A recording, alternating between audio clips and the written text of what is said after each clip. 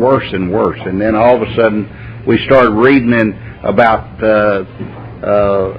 this little town over here being a speed trap, and so the state would actually go in and do something about it, and they'd make them quit hiding behind the bushes and hiding behind the.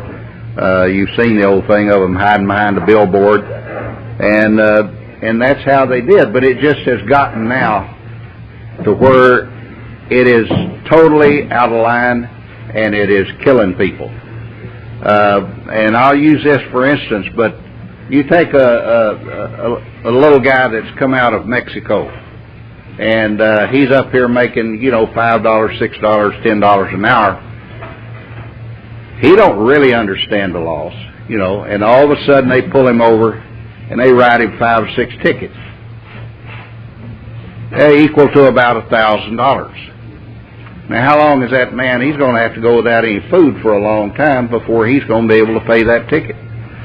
Some people can pay them, but it's getting to the point it's hurting everyone. But traffic tickets are another thing that is a debt. It is not a lawful thing.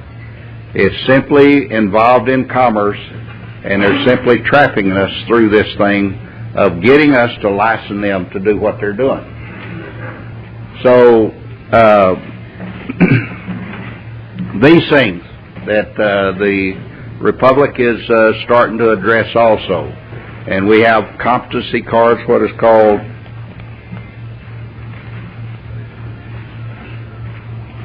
anyway.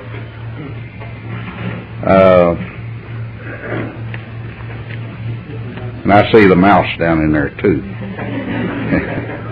But it's something like this, and it just says International Competency,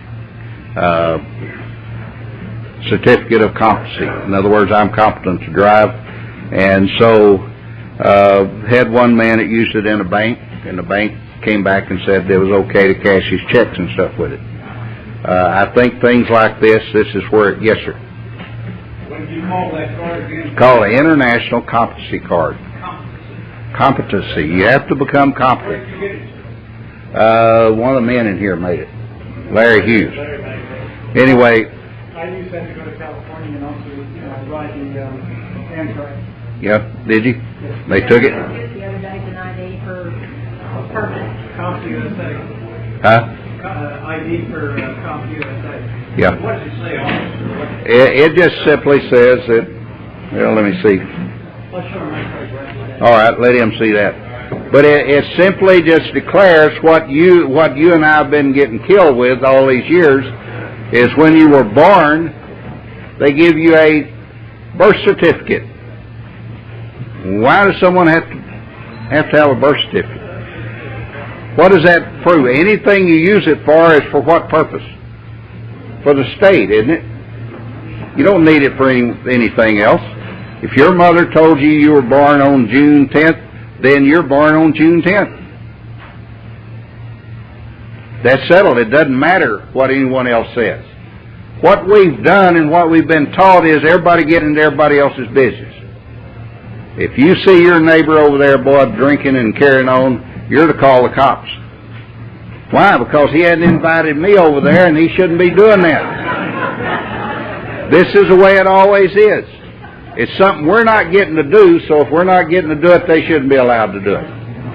And this is what it's all about, and this is what they literally, they've got us telling on our neighbor, I've got enough to run my own life, and more, without digging into other people's lives. I have not enough time. The good Lord only gave me enough time to deal with what happens to me. When I start dealing with other people's, then guess who's dealing with mine? The state. So if you start paying attention to your business instead of your neighbor's business, the state will start leaving you alone. They come in because they got us thinking about everything except what they're doing. We have this thing in the United States, in Texas, that we are always calling somebody my doctor. Yeah. My doctor said this. Well, what do you say? Why are you using a third party to tell people what you think? Just tell them, if your doctor said that, don't tell them that my doctor said it. Just say, this is the way it is. Now, who can tell you that that's not the way it is? This is a problem all the time. My doctor, my lawyer, my CPA, my preacher, and now you got a third party telling you how to get to heaven or go to hell. One of the two. As I told one of them one time, he said, well, brother, it seems like you ought to get back in the church. And I said, oh, I guess you want me to go to yours. And he said, well, we'd kind of like to have you come to our church. And I said, okay, let me ask you a question. Say I go there 10 years. And boy, you tell everything you say for me to do, I do. I listen to everything you say. I study everything you tell me to. And all of a sudden, 10 years later, you die. And 2 days later, I die. And I wake up, man, it's hot.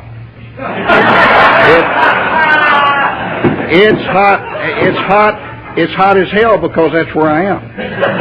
And I said, I look over at you, and you're sitting on the fence, and you ain't got any clothes on, it's too hot, and you got this little guy with the red horns and the pitchfork and the forked tail, and he's sticking you every time you're hollering, ow, ow. And I say, man, you lied to me. Everybody makes a mistake. I said, don't you understand? I can go to hell by myself. I don't need you. I know what faith I have. I live my life by faith. I don't need a third party in my relationship that I have. You think about that sometime. Really think about it. Why do you want a third party in any relationship of whatever faith you're believing in? Why do you want a third party in there? They'll only tell you what they think. And now you've lost your ability to think. Now you can't do what you really believe you should.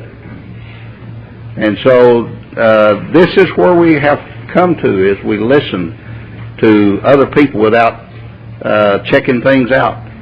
I have people all the time, well, I believe you, and I said, don't you ever say that to me. If there's something about this you don't understand, go out and read it and check it out and come to your own conclusion about what you want. I am not here to shepherd anyone. I'm not a dog. I don't shepherd sheep. I am not here trying to tell you what to do. I'm simply here trying to tell you, wake up and find out who you are. You've lost who you are. You're a sovereign, living being that has rights. The one thing you attack them on all the time is rights. I have God-given rights. I have rights that come out of the Constitution. I have rights to live my life the way I want to. Everything. What we don't do is challenge the rights. I understand in that case that's going on over in Fort Worth about Dick Sincannon. Anyway, they got an attorney that has been after that Judge McBride for years. He's filed things against him trying to get him thrown off the bench. And so he is taken up being the attorney, which never would have gotten into this if he had known, But like a lot of things, people want to grasp at what they think, get an attorney first and we'll beat this thing. Well, this man is really, it sounds like, is really going to fight for him. But at the end, what is going to come out is that he will instruct the jury and Dick will go down anyway. And but he did admit in there, he was going along, he was making fun of this attorney. He was making fun of Dick and his thing, and he said, and the attorney stood up and said, are you telling me that this man has no rights? And he got real quiet. And he came back and he said, well, this does look like a bad case. In other words, the issues in the case are not there. And so how far that'll go, I don't know. But I can tell you that 99.9% of the time you're going to prison. In federal, you're going to prison every time. They draw light to you, they don't want to let you ever go until you've paid everything that they said. Everything in this country is about compliance. I had an FBI agent put it to me real plainly one time. He said, we don't care about your money. We're going to get that anyway. That's already ours. We care about compliance. We want you to do what we want you to do, when we want you to do it, how we want you to do it, and you'll do it exactly the way we want it. And this is where it all is. It's all about compliance. So you think that in complying with the IRS, and we want to go over and over and over these things so it gets in your mind to know what is going on, what to do. How did they ever get you into the income tax? How did they ever talk you into filing that 1040? Did someone come and say you had to do it? They told you have to file, and they said everybody is trained to file the 1040. Never going and checking out what a 1040 is and where it came from. And it's simply for federal employees. It is what they call a bootleg form. They didn't even put that number with what they applied for, the number 4. They brought it back and put it on that, on 1040. And so what happens is the 1040 is to be filled out by federal employees. All federal employees are to sign everything under the penalties of perjury. Not you and I, but the federal employees. But once you fill that 1040 out, then you're designated a federal employee. Now, if they pay the taxes, doesn't matter if you live in Texas or where you are, you said I'm a federal employee, you signed it under the penalty of perjury, you've told on that straw man up there, which is your alter ego, and you said this guy earned all this money and I'm swearing under the penalty of perjury, he owes you a lot of money. And so the issue is you're filling out the wrong form. It's that simple. The 1041 is the form you should fill out. Why do they call it voluntary compliance? What are you volunteering to fill out? The 1040. You're filing the 1040 that is not your form. Fill the 1041 out. Only the first page. It's only about 5 or 6 spots that need to have any filled out. Put your thing down on it, if you would. Why do I say that? Whatever form you fill out, other than that 1040, nobody can tell you can't fill it out. They didn't tell you to fill the 1040 out. You volunteered to fill it out. The 1040 is 41 is simply a trust. It deals with all trusts. It's got about 12 of them listed down the side. Those aren't the trust you're filing this under. You don't tell them it's a trust. Why is it a trust? Because when they started Social Security, when you got that Social Security number, you were made a trust within the Social Security. That name they give you, that all capital letter name with the Social Security will remain the same. I don't care how long you live. They never change that. These other agencies, you might get it John Q. Doe, J. Q. Doe, or just J. Doe. But the Social Security will never change because that's the name of a trust. The number you receive is the trust number. You fill that out and you'll get all your money back. Why? Because you're never supposed to pay taxes to begin with. Never was intended for us to pay. They trapped us into this thing of this government called the United States, which is a corporation, cut a hole in the fence and they filtered out and they just flown into all of the different states. And they got all these federal buildings. You ever known of a federal building owned by the United States in a state? No, they they lease all those things. They can't own properties in the state. Have you ever seen a bill where Congress has passed an Article 3 court out of Washington, D.C. into the states? Has never happened. And that's the only court that the federal can deal with is Article 3. They kept it in Washington, D.C. because it has nothing to do with the people of the states. I had a man call me on that 1041. I get these calls all the time. And he said, well, I sent money, I found the states, all it. See, we're down here, we're lucky. We don't have to fill that state income tax out yet. Every other state now pays state income tax. 45. Huh? 45? Okay, 45 of them. Now, what happened is he found the 1041 for the state of Colorado and filled it out and sent it in. He sent, and I'll have it for you next time. The man's out of town, but anyway, sent me a copy. The check's $1,500 on his state income tax, and on his state income tax it says federal tax owed 0. The 1041, and I've given that to many people all over the country, and they're doing it. And they get to one man came in, showed me a check one day for $215,000. He didn't believe the IRS when they said you can only turn in for 3 years. He filed for everything he'd ever done, so he got it.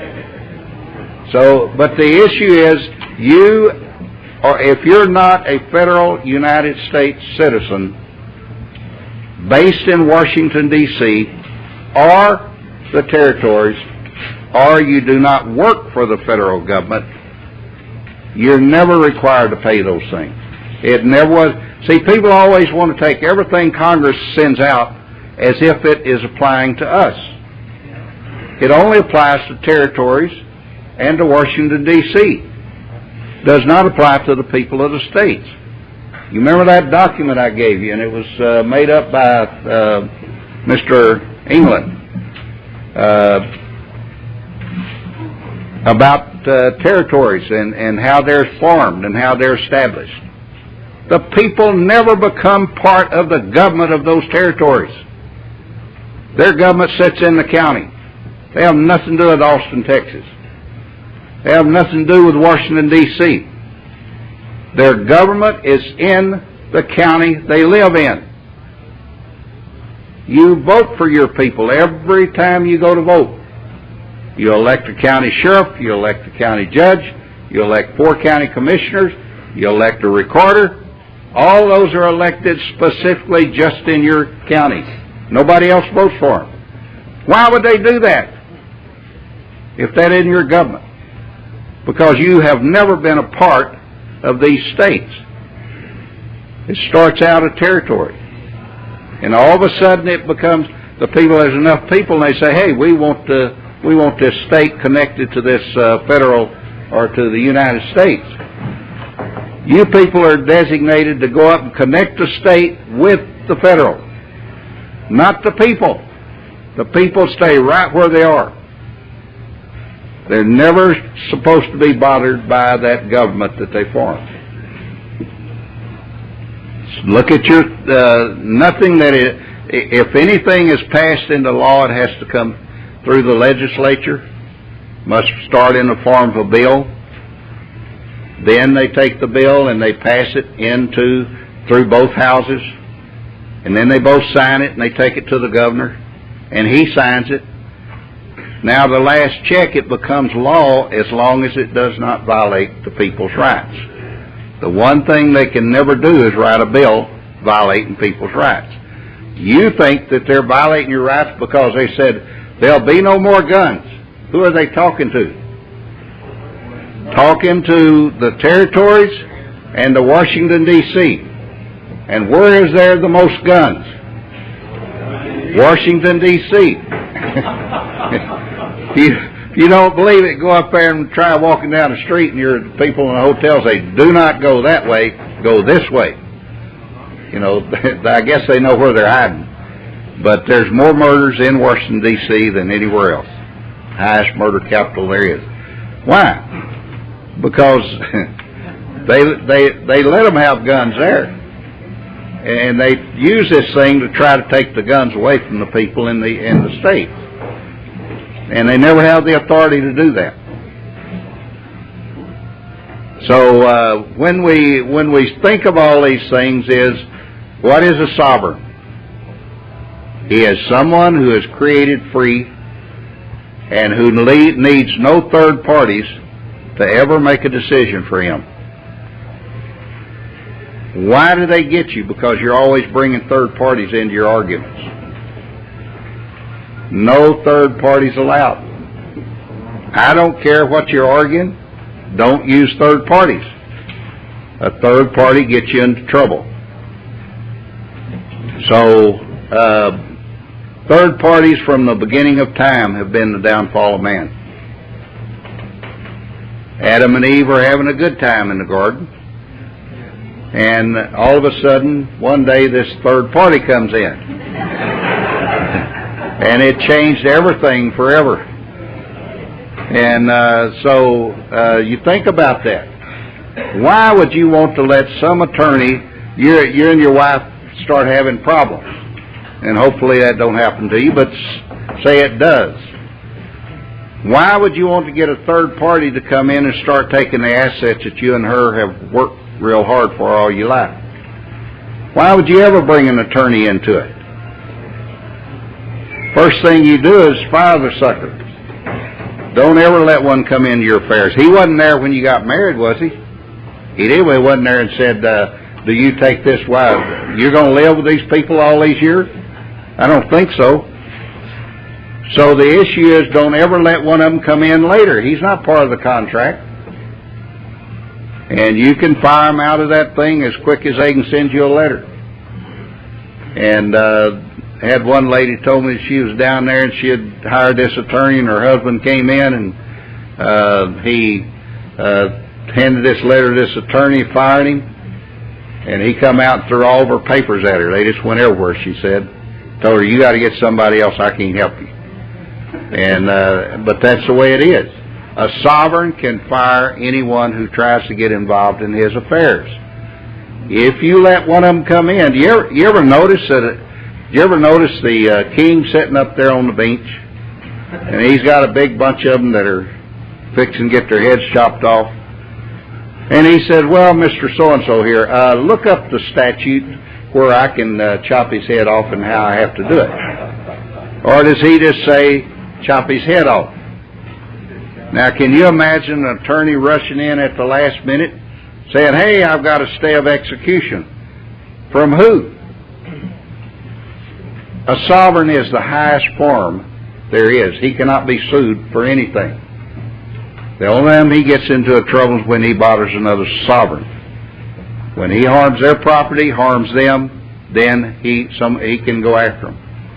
But until then, a sovereign cannot be sued in his own court. It tells you before the country was formed in American jurisprudence. It says three things that cannot be sued. One of them is the state, one is the government, and one is the sovereign. Because they're the highest form within their own realm. So a sovereign cannot sue anyone but another sovereign. And they have to get that straight between them. But the government never has the right to sue you. They do it because you tell them they can. Everything we do, we tell them and give them permission to do it. First thing that happens when someone gets a suit, and I've been there when I first started getting them, and you get them, first thing you do is just totally freeze. What am I going to do? What am I going to do?